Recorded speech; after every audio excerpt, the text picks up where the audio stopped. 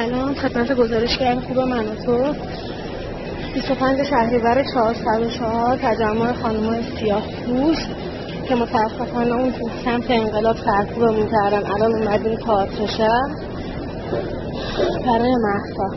سکوت نکنین، اینا از راه رفتنشون با لباس مشکی هم حتی میترسن.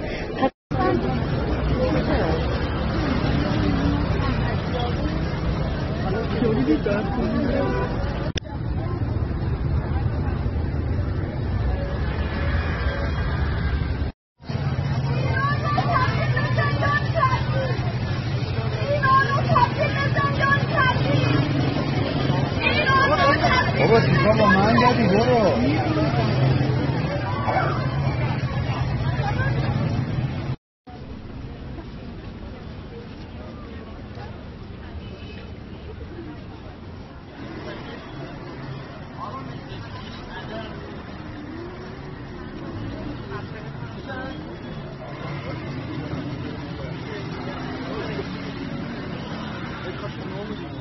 امروز سالگرد مهساست.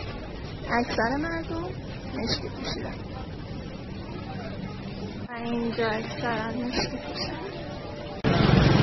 شهریور 1404 گوهردست 25 شهریور 1404 گوهردست کرج.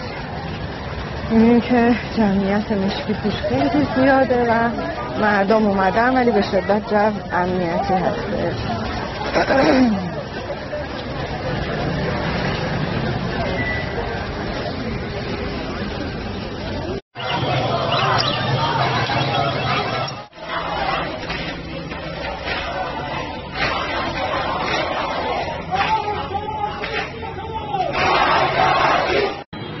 صادقیه همین الان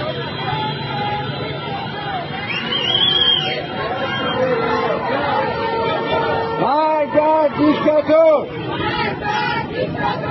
مرگرد دیکتاتور، مرگرد دیکتاتور، مرگرد دیکتاتور.